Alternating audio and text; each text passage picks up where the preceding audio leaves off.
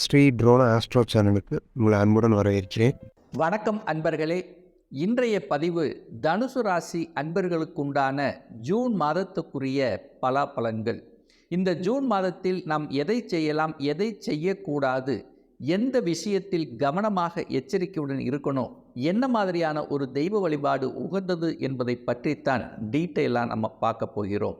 தனுசு ராசி தனுசு லக்னத்தில் பிறந்தவர்களுக்கு இந்த ஜூன் மாதத்தில் உங்களுடைய ராசி அதிபதி என்று சொல்லக்கூடிய குரு பகவான் 5ஆம் இடம் என்கின்ற பூர்வ புண்ணியஸ்தானம் பஞ்சமஸ்தானத்தில் போய் அமர்ந்திருக்கார். இது உங்களுக்கு சிறப்பை ஏற்படுத்தும். அதைவிட சிறப்பு என்னன்னா, உங்களுடைய ராசிநாதனான குரு பகவானை உங்களுடைய ராசியை பார்ப்பது, அதாவது பாக்கிய பார்வையாக பார்க்கிறார் அல்லவா. அப்போ நிச்சயமாக உங்களுடைய எண்ணங்கள், செயல்கள், சிந்தனைகள், ஓட்டங்கள் எல்லாமே சிறப்பாக இருக்கக்கூடிய அமைப்பை உருவாக்கும். அப்போ ராசிநாதன் நல்லா இருந்துட்டாலே அந்த மாதம் முழுவதும் உங்களுக்கு நல்ல ஒரு எண்ணங்கள், நல்ல ஒரு சிந்தனைகள், எதையும் சுறுசுறுப்பாக, தைரியமாக, வீரியமாக செயல்படுத்தக்கூடிய தன்மைகளை உருவாக்கும். 2க்குரியவன் என்று சொல்லக்கூடிய சனி பகவான் தனக்கு 2ஆம் இடத்துல ஆட்சி பலத்துடன் வலிமையாக உட்கார்ந்திருக்கார். அப்போது நிச்சயமாக தனம் சார்ந்த விஷயங்கள், பொருளாதாரம் சார்ந்த விஷயங்கள் உங்களுக்கு ஒரு நல்ல ஒரு ஏற்றத்தை கொடுக்கக்கூடிய ஒரு மாதம்தான். ஆனாலும் அந்த செவ்வாய் பகவான் 5க்குரியவன் 12க்குரியவன் என்று சொல்லக்கூடிய செவ்வாய் பகவான் எங்கே பார்க்குறார் அப்படின்னா, உங்களுடைய தனஸ்தானம், குடும்பஸ்தானத்தை பார்க்கிறார். அப்போது செவ்வாய் என்பது 8ல் இருந்து பார்க்கறதுனால கோபம், ஆக்ரோஷம் என்பது அதிகமாக வரும். அப்போது நீங்கள் எந்த ஒரு விஷயமாக இருந்தாலும், எந்த ஒரு விஷயம், அதாவது தொழிலாக இருந்தாலும், வேலை பார்க்குற இடமாக இருந்தாலும், குடும்பம் சார்ந்த விஷயத்தில் இருந்தாலும் கோப ஆக்ரோஷத்தை மட்டும் கொஞ்சம் கட்டுப்படுத்தி கொள்ளணும். அப்படிங்கிறத மட்டும் ஆழமாக மனதில் பதிய வைத்து கொள்ளுங்கள். அதே சமயத்தில் பணம் சார்ந்த விஷயங்கள், பணம் கொடுக்கல் வாங்கல் விஷயத்திலும் கொஞ்சம் எச்சரிக்கையாக இருப்பது உங்களுக்கு சிறப்பை ஏற்படுத்தும். ஏன்னா சுக்கிரனும், அதாவது கையிருப்பு பணக்காரகன் என்று சொல்லக்கூடிய சுக்கிரன் 8ஆம் இடத்திலிருந்து பார்க்கிறார். அப்போ பணம் கையாளுகின்ற விஷயத்தில் கவனம், எச்சரிக்கை, நிதானம் என்பது முக்கியம். இந்த மாதம் 3க்குரியவன் 3ஆம் இடத்திலேயே ஆட்சி பலம் பெற்று வலிமையாக இருக்கின்ற காரணத்தால் நிச்சயமாக உங்களுக்கு தைரிய வீரியங்கள் பலப்படக்கூடிய அமைப்புகள், புதிய நண்பர்கள் உங்களுக்கு கிடைப்பார்கள். அந்த நண்பர்கள் மூலமாக நல்ல பல அனுகூலங்கள், ஆதாயங்கள் கிடைக்கக்கூடிய தன்மை. 3ஆம் இடத்தில் சனி பகவான் இருந்து 9ஆம் இடமான அந்த பாக்கியஸ்தானத்தை பார்க்கின்ற காரணத்தால் தகவல் தொடர்பு துறை, அதாவது ஒரு ஃபோன் மூலமாக, தகவல் தொடர்பு துறை மூலமாக ஒரு நல்ல செய்தி உங்களுக்கு வருவதற்கு காத்து கொண்டிருக்கிறது அப்படின்னு எடுத்துக்கலாம். அதே சமயத்தில் யாரெல்லாம் வெளிநாட்டில் போய் பணிபுரியணும் அப்படின்னு ஆசைப்படுகிறார்களோ அந்த ஆசைகள் எல்லாம் நிறைவேற்றி கொள்ளக்கூடிய ஒரு மாதம் அப்படின்னு எடுத்துக்கலாம். அதே சமயத்தில் பார்த்தீங்கன்னா சனி பகவான் 3ஆம் இடத்தில் இருக்கார் அல்லவா. அப்போ இந்த மாதம், அதாவது ஜூன் மாதம் 17ஆம் தேதி சனி பகவான் வக்ரமாக இருக்க போகிறார். அப்போ 3ஆம் தேதிக்கு, அதாவது இந்த ஜூன் மாதம் 17ஆம் தேதிக்கு அப்புறம் பார்த்தீங்கன்னா, நீங்கள் எந்த ஒரு டாக்குமெண்ட்டாக இருந்தாலும் கவனமாக, எச்சரிக்கையாக இருக்கணும். அதாவது ஒரு வீடு வாங்கணும், ஒரு நிலம் வாங்கணும் அப்படின்னு இருக்கின்றவர்கள் டாக்குமெண்ட் சார்ந்த விஷயத்தில் கவனமாகவும் எச்சரிக்கையாகவும் இருந்துக்கணும். அதே சமயத்தில் பிரயாணம் சார்ந்த விஷயத்தில் கொஞ்சம் அலைச்சல் திருச்சலை கொடுக்கக்கூடிய அமைப்பு. அதே சமயத்தில் பார்த்திங்கன்னா இரவு நேர பயணங்களை முற்றிலுமாக தவிர்த்து கொள்ளணும் அப்படிங்கிறதையும் ஆழமாக மனதில் பதிய வைத்து கொள்ளுங்கள். 4க்குரியவன் சுகஸ்தானத்தின் அதிபதி என்று சொல்லக்கூடிய குரு பகவான் தனக்கு 2ஆம் இடத்தில் உட்கார்ந்திருக்கார். அப்போ சுகஸ்தானம், தாயினுடைய உடல்நலம் சார்ந்த விஷயத்தில் இருந்து வந்த பிரச்சனைகள் எல்லாம் விலகக்கூடிய அமைப்பையும் சந்தர்ப்பத்தையும் ஏற்படுத்தும். தாயின் வர்க்கத்தின் மூலமாக இருந்து வந்த சொத்துக்கள் சம்பந்தப்பட்ட பிரச்சனைகள் தீர்வதற்கான வாய்ப்புகள் பிரகாசமாக இருக்குது. ஒரு சிலர் தொழில் சார்ந்த விஷயத்துக்காக, வேலை சார்ந்த விஷயத்துக்காக உங்களுடைய சொந்த ஊரை விட்டு வெளியில் போவதற்கான வாய்ப்புகள் சிறப்பாக இருக்கிறது. அதே சமயத்தில் பார்த்தீங்கன்னா விவசாயத்தில் இருக்கின்ற இந்த தனுசு ராசி என்பர்கள் இந்த மாதத்தினுடைய பிற்பகுதியில் ஒரு 4 காசு சேர்த்தக்கூடிய வாய்ப்புகளையும், அல்லது புதிய ஒரு தொழில்நுட்பத்தை, அதாவது ஒரு புதிய ஸ்ட்ராட்டஜிக் பிளான் யூஸ் பண்ணி இதை செய்தால் நமக்கு வெற்றி கிடைக்கும் அப்படிங்கிறத தீர்மானித்து அந்த தன்மையுடன் செய்யக்கூடிய அந்த அறிவு புலப்படக்கூடிய தன்மையை நிச்சயமாக உருவாக்கும். அப்போ விவசாயத்தில் இருப்பவர்களுக்கு ஒரு உயர்வையும் ஒரு உத்வேகத்தை கொடுக்கக்கூடிய ஒரு மாதமாக தென்படுகிறது. 5க்குரியவன் என்று சொல்லக்கூடிய அந்த செவ்வாய் பகவான் 8ஆம் இடத்துல போய் நீசமாக உட்கார்ந்திருக்கார். அப்போ குழந்தைகளினுடைய நலன் சார்ந்த விஷயத்தில் கொஞ்சம் அக்கறை நம்ம எடுத்துக்கொள்ளணும். குழந்தைகளினுடைய உடல்நலம் சார்ந்த விஷயத்திலும் கொஞ்சம் கண்ணும் கருத்துமாக பார்த்து கொள்வது சிறப்பு.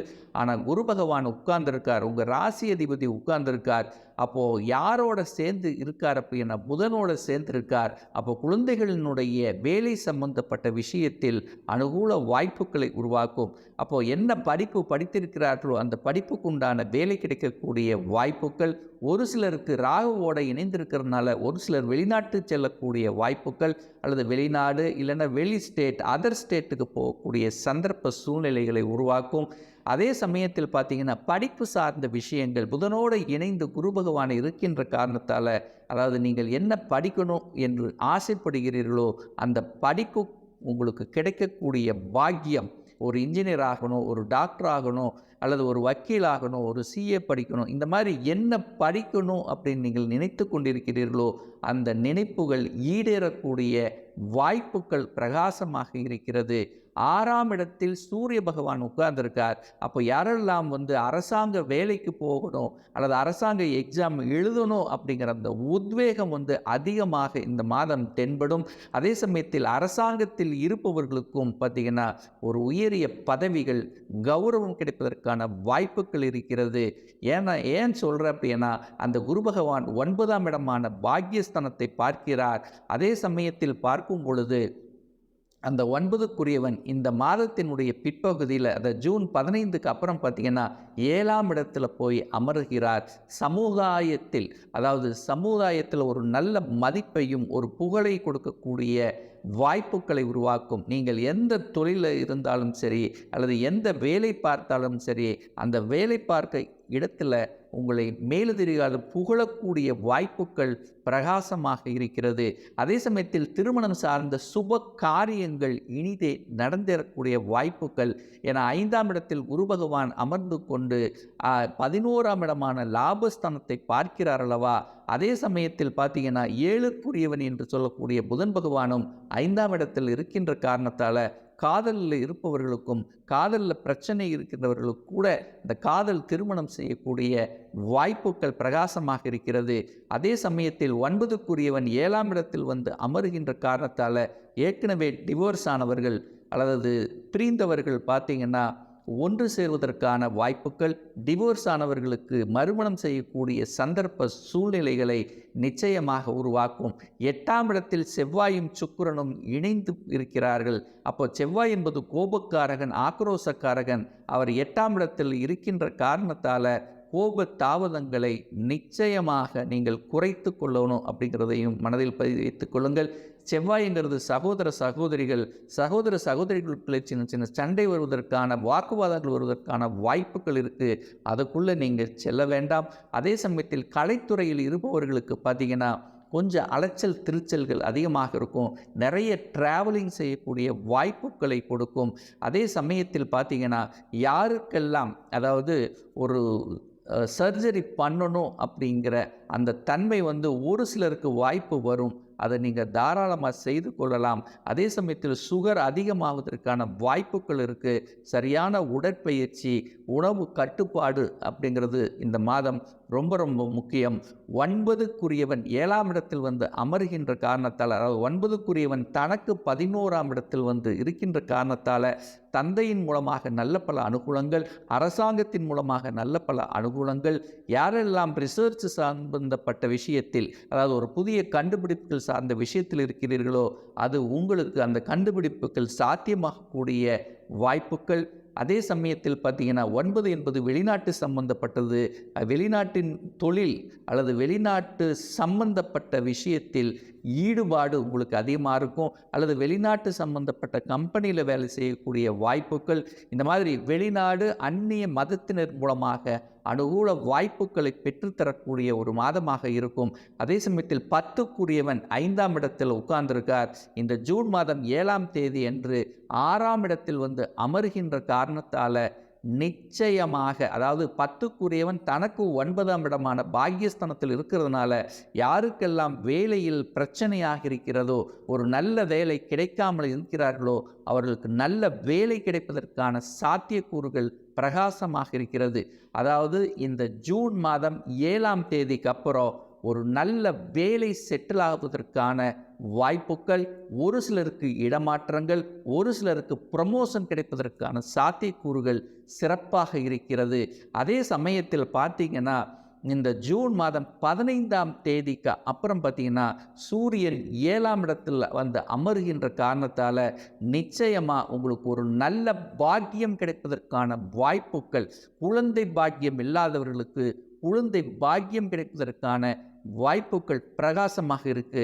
அதே சமயத்தில் சனி பகவான் வக்ரமாக இந்த ஜூன் 17ஆம் தேதிக்கு அப்புறம் போகும்போது பார்த்தீங்கன்னா நீங்கள், அதாவது சனி வக்ரமாக இருக்கின்ற காரணத்தாலும் உக்கிரமாக இருக்கின்ற காரணத்தால் யாருக்கெல்லாம் உடல்நலத்தில் பிரச்சனையாக இருந்தது அல்லது ஒரு சரியான ஒரு ட்ரீட்மெண்ட் கிடைக்கல அப்படிங்கிறவங்களுக்கு ஒரு நல்ல ட்ரீட்மெண்ட் கிடைச்சி உடல்நலம் சரியாவதற்கான வாய்ப்புகளையும் சந்தர்ப்பங்களையும் நிச்சயமாக உங்களுக்கு ஏற்படுத்தும். அதே சமயத்தில் வெளிநாட்டு தொடர்புகளை நிச்சயமாக ஏற்படுத்தும்.